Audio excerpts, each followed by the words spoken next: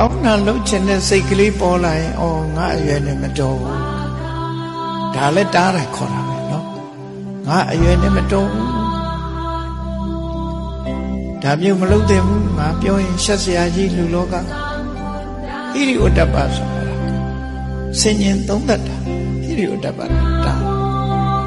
ဣရိဆိုတာကိုယ်သိက္ခာကိုလေးစား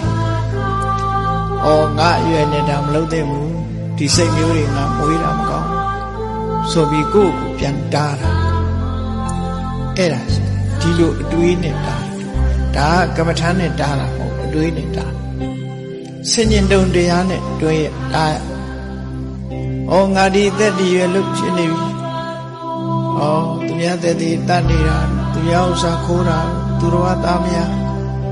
ပြစ်မှားတာလိန်ပြောတာရက်သေးစားတောက်စားနေတာမတော်ဘူးငါကတောင်သူများဆုံးမရမှာမိဘဖြစ်နေဩငါမိဘဖြစ်နေသားသမီးတွေငါဆုံးမရမှာငါလုံနေလို့မတော်ဟောဒီလိုတွေးရမှာ